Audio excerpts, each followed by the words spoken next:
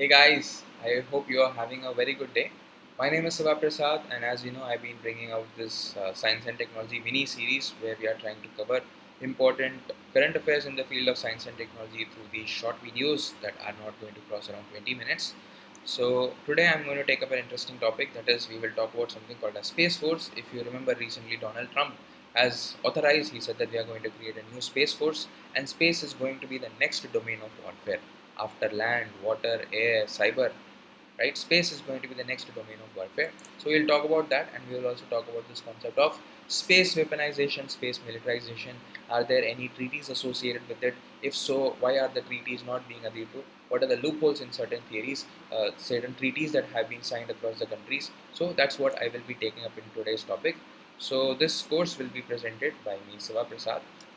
So let's start with something that's called as Unispace Plus 50. Alright, Unispace Plus 50, remember, it was held recently, a couple of years ago, to celebrate the 50th anniversary of the first United Nations Conference on Exploration and Peaceful Use of Outer Space. Remember, during the Cold War between USSR and its allies versus the United States of America and its allies, what happens is space was another place where these countries were trying to compete, right? So there was a space race going on. Initially, it was more about scientific point of view, that who's going to put the first man in space, who's going to launch the first rocket into space, etc. It was feared that over the period of time, this space race might end up militarizing the space. The countries might end up using the space for expanding their military might as well. So that is the reason a need was felt for organizing an United Nations conference, or a conference under the aegis of United Nations, on exploration and peaceful use of outer space. That means, for what reasons can you really use outer space? Can we really place weapons of mass destruction like nuclear weapons and conventional weapons, etc., on our satellites and put them in use, put them in space? Can we really do all that? To bring out more clarity in these aspects, so this conference was held. Okay, this conference was on exploration and peaceful use of outer space. Okay, so this Uni Plus 50. So we celebrated 50 years of this conference coming into place, right? So let's talk about the Outer Space Treaty that was signed. Outer Space Treaty represents the basic legal framework for international space, right? So this is one of the treaties that we have with respect to, which sort of can be said to be like an international space law, right? It's not exactly an international space law, but something, it has some resemblance to that. Amongst its principles, remember, it bars state parties to the treaty from placing weapons of mass destruction in the orbit of the Earth, installing them on the moon or any other celestial body, or otherwise stationing them in outer space. Right? So that means it's saying that the state parties, whomsoever is agreeing to be a party to this treaty, they will not be placing any kind of weapons of mass destruction in the orbit of the Earth. Right? That means, just like we are putting satellites in the orbit of the Earth, we should not be placing weapons of mass destruction. So as you can see over here, one of the biggest loopholes in this theory, in this treaty, is that they have not defined what exactly are weapons of mass destruction. Okay, so this loophole is being exploited by countries around the world to talk about space force. Okay, so weapons of mass destruction in the orbit of the Earth, they are saying you will not place it in the orbit of the Earth, you will not install them on the moon or any other celestial. Okay, or you are not going to put them in any other planet or in any other place in the outer space.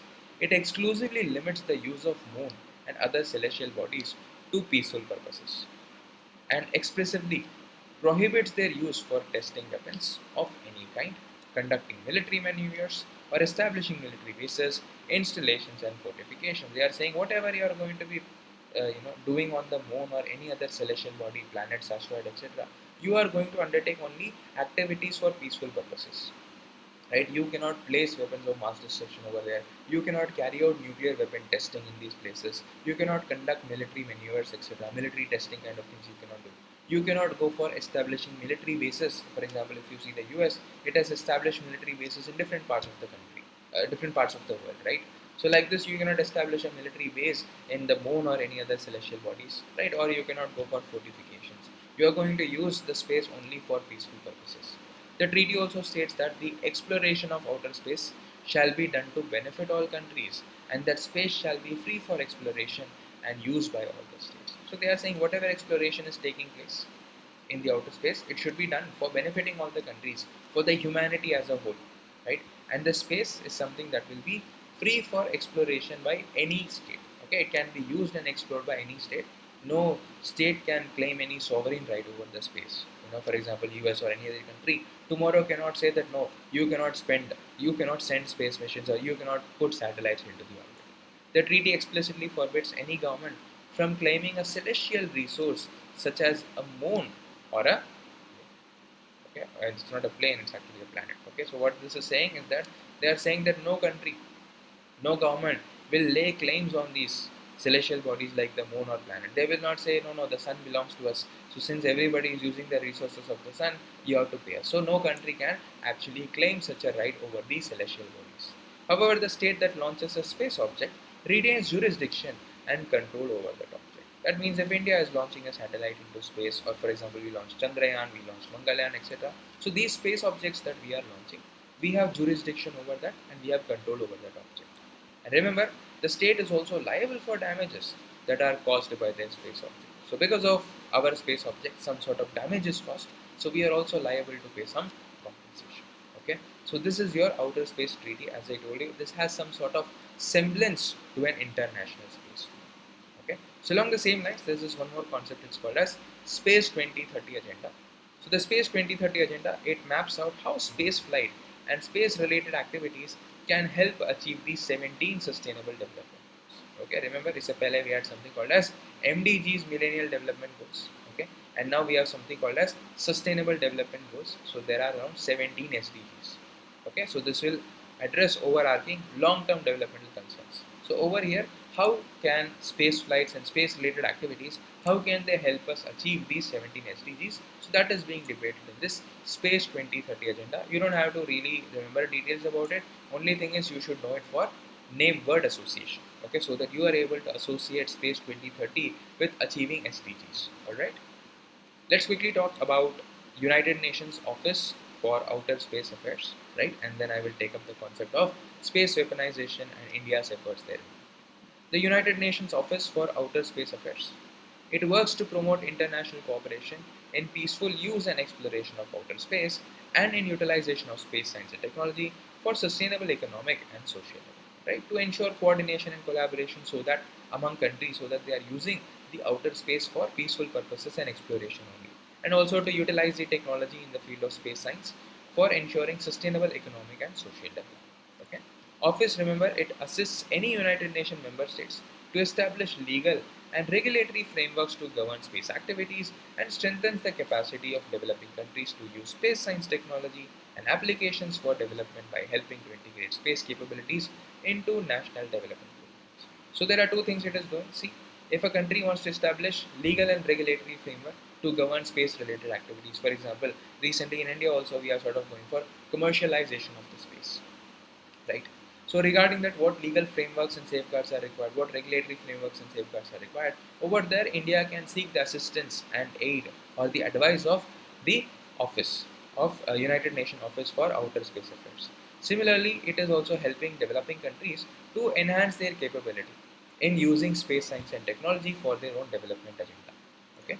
This office is also responsible for implementing the Secretary General's responsibilities under the International Space Law and maintaining the United Nations Register for objects launched into outer space. Okay, so there is this register, it's called as United Nations Register of objects that are launched into outer space. Remember, for example, all our satellites and exploration mission, etc. These are objects that are launched in the outer space. Okay, so this office is also responsible for maintaining that register. Okay, UN, this office is the current secretariat of the International Committee on Global Navigation Satellite Systems as well. Okay, so just try to remember this. Okay. So let's take up the concept of space weaponization. According to US, space has been militarized, but it has not been weaponized. What is the difference between militarization of space and weaponization of space? Okay, so they are saying space has not been weaponized. That means we have not placed weapons in the space as of now. But US is claiming that space has already been militarized. Why is this? Remember, we are using GPS, etc. Aren't these GPS being used by the missile systems that we are using? Isn't it used for military operations? Isn't it used by the armed forces? So that is the reason they are saying that space has always been militarized, but it has not been weaponized. Why? Because we have not yet placed any weapons of mass destruction on in the outer space. Okay, so that's what. US Defense Space Agency, that is DARPA, it launched its first satellite even before NASA. USSR too started sending in military satellites, right? So it is being used, military satellites, they are being used for mapping, terrain mapping related activities to understand troop movements, etc. And as I told you, for providing communication services, navigation services, etc. So that's why, since it is being used for military purposes, we are saying that space has already been militarized. Recently, US is building a new branch of military as Space Force. I told you, Donald Trump has talked about this, indicating towards weaponization of space, referred as the fourth frontier of the world. Ballistic missile defense system is capable of destroying space-based assets. Right, nowadays we have been able to develop ballistic missiles. I hope you have watched my lesson on missile systems where I talked about the difference between a ballistic missile and a cruise missile. Right, we have developed, remember, 4 countries including India, we have ballistic missile defense system that is capable of destroying space-based assets. Okay, I will tell about Mission Shakti in the next slide. Right, we have developed this ballistic missile. It's called as an anti-satellite weapon, anti-satellite missile. It can take down a satellite that is, you know, orbiting the Earth. India too launched its anti-satellite weapon in this Mission Shakti. In the next slide, I will talk about this. China has strongly presented its interest in space in the form of space treaty. Okay, and remember Outer Space Treaty, which was effective from 1967. I told you about this. It came into effect to stop the weaponization of space by prohibiting nuclear weapons or weapons of mass destruction to be placed into the orbit of the Earth, and prohibiting stationing of such weapons on celestial bodies. Remember, I just told you about the treaty. I told you the treaty, it prohibits placing any nuclear weapons or weapons of mass destruction in the orbit of the Earth, and also putting them on any kind of celestial bodies like the moon, the Mars, or any other planet. But this treaty suffers from various gray areas. For example, I told you there is no clear-cut definition of what constitutes a weapon of mass destruction, what amounts to mass destruction, etc. So these things are not clearly defined. For example, I can say 100 kilogram of conventional warheads will not be called as weapons of mass destruction, and I can end up putting this much amount of payload into the orbit, right, which will effectively result in weaponization of the space. Russia and China have also put prevention of placement of weapon in outer space on table, but United States and European Union, they have not said anything about this. Okay, so the door is open for weaponization of space, and with ideas of United States of America to set up the space force, obviously right from militarization of space we are moving towards weaponization of space. Okay, and I told you, I just discussed about Mission Shakti, India's own capabilities as far as space weaponization is concerned. So Mission Shakti, it's an operation code name for testing of anti-satellite missile. Okay, what do you mean by an anti-satellite missile? It's a missile that can take down a satellite. All right, this makes India the fourth country after US, Russia, and China to have tested an ASAT weapon. ASAT means anti-satellite weapon. Okay, so remember there are only 3 other countries that have tested ASAT weapon before us. It is US, Russia, and China. So if you have here a statement, we are the second country, third country, or something, you know it is clearly wrong. Why? Because we are the fourth country. It signifies our capability to intercept an intercontinental ballistic missile in lower Earth orbit. Okay? ASAT missiles, they can be air, sea, or land based. That means these missiles, they can be launched from air, they can be launched from sea, they can also be launched from land. Okay, this is Mission Shakti. It demonstrated our capabilities to take down a satellite. So it demonstrated our capability to develop indigenously an anti-satellite missile. Okay, so along the same lines, there's this Defense Space Research Agency that has been set up.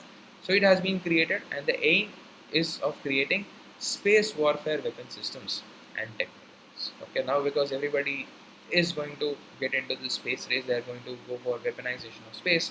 If they are developing space army or space force, so we should not also be left behind. So we should also be prepared for space warfare weapon systems and technologies. So that's why this DSRA, it will have a team of scientists, and they will work very closely with the tri-services, integrated defense staff officers. Okay, tri-services means people from all the 3 services: Army, Navy, and Air Force.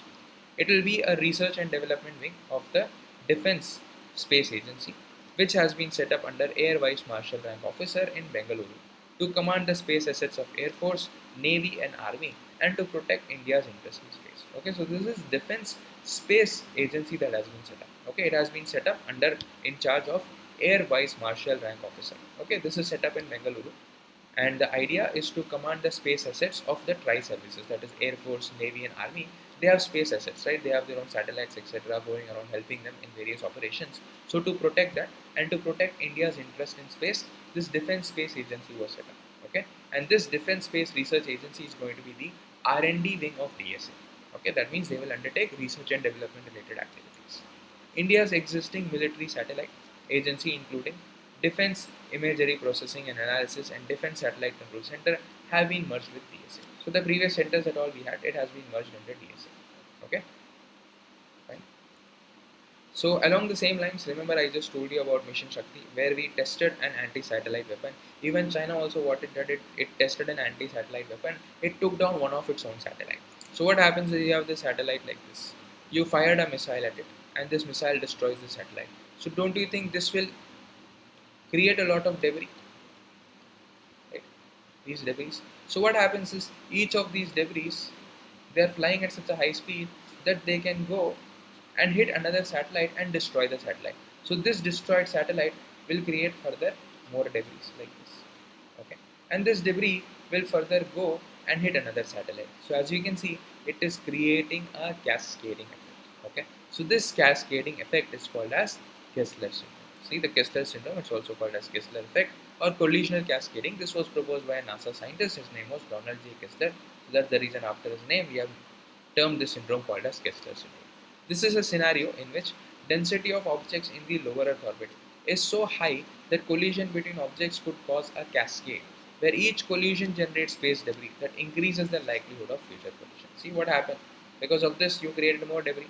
Now these more debris are even going to create more number of debris, which will further increase the number of collisions that are taking place. Okay. One implication is that the distribution of debris in orbit could render space activities and use of satellites in specific orbital ranges infeasible for many generations. So if this keeps on happening in our lower Earth orbit, there will be so large number of debris that in the future space activities might not be possible. It might not be possible for us to launch or put any more satellites into the orbit.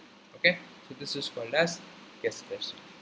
Okay, just try to remember this since we were discussing about space treaties, etc. So along the same lines, I thought I will discuss this with you. So this is all for today. I'll be seeing you again in the next video that will be uploading soon. And if you want to go for plus subscriptions, make sure you are using my code, that is AKM Siva. You will get 10% off on an Academy Plus. And also this is my Telegram channel. You can follow me and get updates regarding various videos and classes that I'm taking. And every day on an Academy, there's a special class option from 7 a.m. to 8 a.m. I'm conducting free sessions for helping you in preparation for civil services examination, especially with respect to science and technology, environment and ecology, etc. So you can check those classes out from 7 to 8 a.m. You have to go and register yourself on an academy, but this is a free special class, alright? And before starting, I would like to tell you about 3 mega batches that have been launched for helping in your preparation for UPSC civil services examination, and this has started from 15th of June onwards. So this is going to be a comprehensive coverage of all the topics for UPSC prelims and mains examination. So there are 3 batches as you can see over here. One is in Hindi, one is in English, and this is in bilingual. So all the details are given over here. So not only will you have regular live sessions by these educators, you will also have prelims and mains test series also along with analysis. Right, there will be doubt clearing sessions, etc. So you can check these options out on an Academy Plus. If you're interested, you can go for subscription, and you can go for subscription for 12 months, 24 months, 3 months, etc. That is up to you and depending on your needs. And before ending, I would like to tell you about an Academy's initiative. It is called as an Academy UPSC Championship, and this is conducted free of cost, right? And this is curated by some of the top players in the field of UPSC civil services preparation, like Mrinal sir, Atish sir, and Rakesh Sharma sir.